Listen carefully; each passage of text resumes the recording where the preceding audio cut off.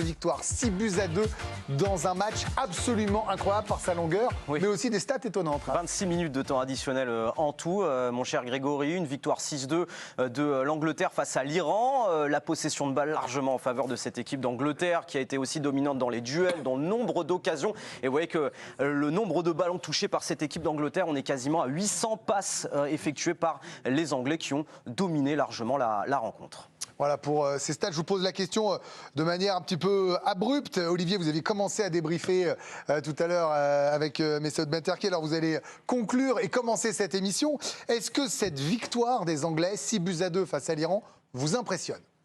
Ah oui, elle m'impressionne, c'est sûr, puisque cette équipe était dans une vague un petit peu négative ces derniers temps. Elle était sifflée par les supporters en Angleterre. Non, je crois qu'on a vu une équipe qui a exprimé un football sur un premier match une interprétation assez impressionnante, parce qu'il y avait de la vivacité, il y avait du déplacement, des combinaisons, des replacements, de la complicité. Il y a eu des buts de qualité, vraiment. J'ai trouvé que cette équipe, elle était belle, tout simplement. Et puis, elle jouait son football, chose qu'on n'avait pas vue de la part des Anglais depuis une belle saison. Et alors, je sais, Ludovic Obraniak, attention, alerte spoil, qu'il faut tenir compte de l'adversité. Et vous êtes déçu de la prestation iranienne qui explique peut-être la victoire anglaise.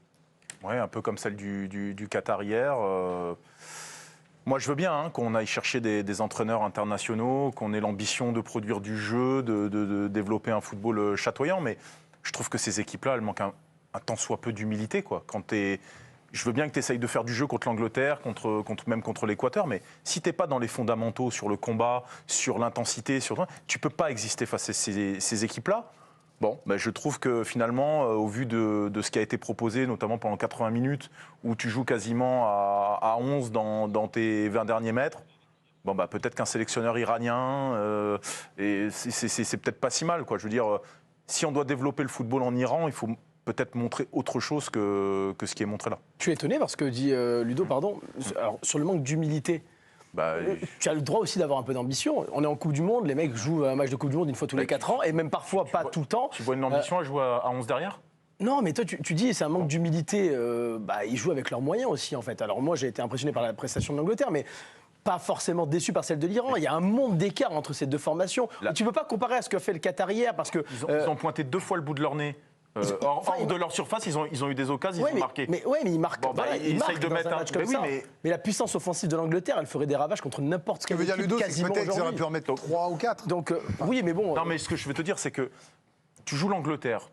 À quel moment tu peux imaginer qu'en jouant à 11 derrière, tu vas pouvoir contenir les assauts de cette équipe-là? Tu joues avec tes moyens. Ils peuvent très bien se dire, s'ils sont dans un mauvais jour, on peut essayer d'accrocher cette équipe. Et si après l'heure de jeu, on peut accrocher... C'est ça la Coupe du Monde. Quelle est l'ambition de l'Iran? C'est d'aller en 8e de finale? Non, mais l'ambition de l'Iran, c'est quoi? C'est de montrer tu as joué une grande football iranien que de jouer à 11 derrière? C'est oui, ça le football? Moi, je suis étonné parce que toi qui as joué ce genre de compétition-là, la Pologne, quand tu la joues en 2012, tu joues pas pour gagner l'Euro. Tu sais très bien que tu vas pas gagner l'Euro. Non, mais tu joues pas. Mais tu joues avec tes moyens. Tu vas pas aller à l'abordage non plus. Si tu joues la France, tu joues l'Italie, tu joues l'Angleterre, avec la Pologne, tu n'allais pas à l'abordage. Ça n'arrivera pas. Tu joues déjà deux équipes qui sont des pays émergents footballistiquement, on va dire. Déjà, tu joues à 5 derrière. Il n'y a rien de plus dur que d'animer une défense à 5. Oui. S'il te plaît. Oui, non, mais je suis d'accord avec toi sur ça. Je veux dire, c'est un peu trop ambitieux à mon sens en termes de... Ça, c'est pour la prestation iranienne qui alors... Après, les Anglais, c'est... question. Voilà, après, il y avait les individualités. On va parler dans quelques instants sûrement de Bellingham, mais on peut parler également du talent de Bukayo Saka, qui a inscrit un doublé dans cette rencontre. Il devient d'ailleurs le plus jeune Anglais à marquer un doublé dans une Coupe du Monde. Saka, le joueur d'Arsenal, 2 buts, qui a été très efficace et puis très intéressant également dans le jeu pour aller chercher ses partenaires. Et pour vous donner un aperçu de l'ambiance aujourd'hui en Angleterre, les images à vous montrer après justement son premier but à Saka, des images qui proviennent d'un bar du sud de Londres où les supporters exultent. Voilà, vous les avez, ces images, et ils sont fous de joie. Énormément de monde à Croydon. Pourquoi ? Eh bien parce que beaucoup d'Anglais ont pris leur lundi, figurez-vous, ce qui explique cette foule après donc ce premier but de Saka. Peu de boycott du coup là aussi. Olivier Bossard, les Anglais, Olivier l'a dit très justement, Ils étaient favoris il y a longtemps avec la finale de l'Euro, la demi-finale de la Coupe du Monde, et puis on les a perdus de vue. Eux ont perdu de vue leur foot. Là, ils reviennent 6-2 pour rentrer dans la Coupe du Monde. Ah oui, moi clairement, j'en faisais pas mon favori de l'Angleterre. Il ne faut pas oublier que c'est une équipe qui est tombée en Ligue B de la Ligue des Nations récemment, après sa déroute contre la Hongrie 4-0 et ce match nul contre l'Italie. Effectivement, ils avaient un peu perdu leur football. Pourtant, il y a une énorme et une belle génération, mais on avait l'impression que Southgate n'arrivait pas à emboîter tout ça, n'arrivait pas à les faire jouer ensemble. Et là, c'est tout le contraire. J'ai vu une belle équipe d'Angleterre. Les sorties de balles étaient bonnes. Je trouve qu'au niveau des passes, c'était fort. J'ai vu un vrai beau collectif et j'ai vu des individualités énormes. J'ai adoré les deux latéraux. Quand on a des latéraux techniques comme ça fonctionne bien. Moi, j'ai été encore plus impressionné par Bellingham qui confirme son magnifique début de saison, qui est là. Kane également. Donc, clairement, l'Angleterre a marqué les esprits. Ouais. Alors, puisque Olivier parle de Kane, on l'attendait buteur, surtout vous aviez parié. En fait, c'est pas tombé, mais il a été passeur. Oui, il a été double passeur décisif dans cette rencontre. Alors, son match en chiffres, très peu de ballons finalement touchés par Harry Kane. Mais quand il a eu ce peu de ballons touchés, finalement, il a réussi à faire des choses. Ses 2 passes décisives, ses 3 centres et puis quelques dribbles réussis par le meilleur buteur des Three Lions. On peut déjà tirer une première conclusion hâtive par la force des choses. C'est un premier match d'un premier tour, Karim Benadi, mais les Anglais marquent leur territoire. Oui, clairement. En gagnant 6-2 un match de Coupe du Monde, ça n'arrive pas tous les jours. Si nous on le fait demain, on sera les premiers à dire bravo. Non, mais bien sûr. C'est super. Et ils ont fait le boulot, plus que faire le boulot d'ailleurs. Après, j'émettrais peut-être une petite nuance, un petit bémol sur impressionné par la démonstration anglaise. Oui, sur le plan offensif. Malgré tout, je reste persuadé que cette équipe est un peu déséquilibrée. Je pense que derrière, c'est moins fort que devant. Le potentiel offensif, on s'est tous étonnés quand on a vu entrer Grealish, Rashford, Foden. Oui, solide. C'est incroyable d'avoir un potentiel offensif comme ça et remplacer des joueurs comme Kane, Bellingham et Sterling.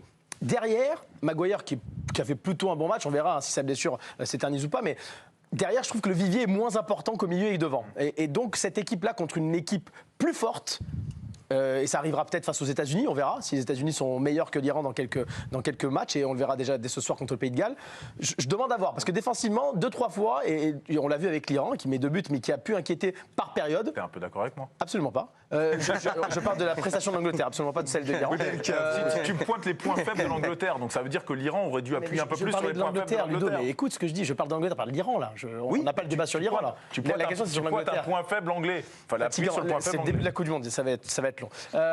Mais on est bien, on est content d'être là. On est bien sûr, il est là, il est remis en cause. Donc voilà le petit bémol. Mais je suis tout le temps d'accord avec toi dans la vie, Ludo. Non, c'est pas vrai, c'est absolument faux, c'est un mensonge. 2 images avec vous, Alicia. Oui, tout d'abord, une image qui a beaucoup tourné en Angleterre. Vous avez pu apercevoir le brassard porté par Candice Roland et Johan Rioux en commentaire ou encore par Olivier Rouillet, ici même en plateau avec nous. L'ancienne joueuse, aujourd'hui devenue consultante, Alex Scott, l'a portée elle aussi sur la BBC. Ça a fait beaucoup parler et réagir en Angleterre. Et puis, autre image forte de ce match, on parlait du temps additionnel exceptionnel. Eh bien, c'était un des moments impressionnants de cette rencontre, le choc entre le gardien iranien et l'un de ses défenseurs et son nez qui a littéralement doublé de volume au gardien iranien. Incroyable image. Dans un instant.